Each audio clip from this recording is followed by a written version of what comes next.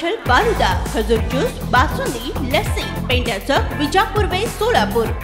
काही लोक मानसिक त्रास देऊन छळ करीत असून त्यांना कठोर शिक्षा व्हावी असा मजकूर टाईप करून मोबाईलवरील स्टेटसमध्ये आरोपींची नावे लिहून एका युवकाने पहाटे झाडाला दोरीने गळफास घेऊन आत्महत्या केली आहे।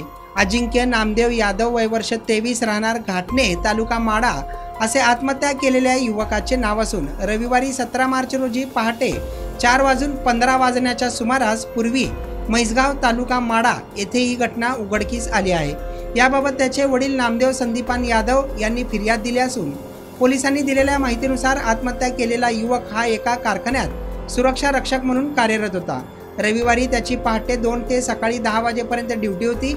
या दरम्यान त्याने आपल्या मोबाईलवर स्टेटस ठेवून माझ्या मरणास 4 जण कारणीभूत असून त्यांनी माझा मानसिक छळ केला आहे, त्यांच्यावर कठोर कारवाई व्हावी अशी मागणी करत कोणाकोणाकडे किती पैसे येणे बाकी आहेत हे देखील या स्टेटसमध्ये लिहून रविवारी 4:15 सुमारास पूर्वी चिंचेच्या झाडाला दोरीने गळफास घेऊन आत्महत्या केली आहे। या प्रकरणी विकास वाघमोडे, राहणार बादलेगाव, तालुका माडा, अनिल कांबळे, सचिन शिंदे, राहणार निमगाव, तालुका माडा व उमेश कदम, राहणार घाटणे, तालुका माडा या चौघांविरुद्ध गुन्हा दाखल करण्यात आला आहे। अधिक तपास सहाय्यक पोलीस निरीक्षक शिवाजी जायपत्रे करीत असल्याची माहिती पोलिसांनी दिली आहे।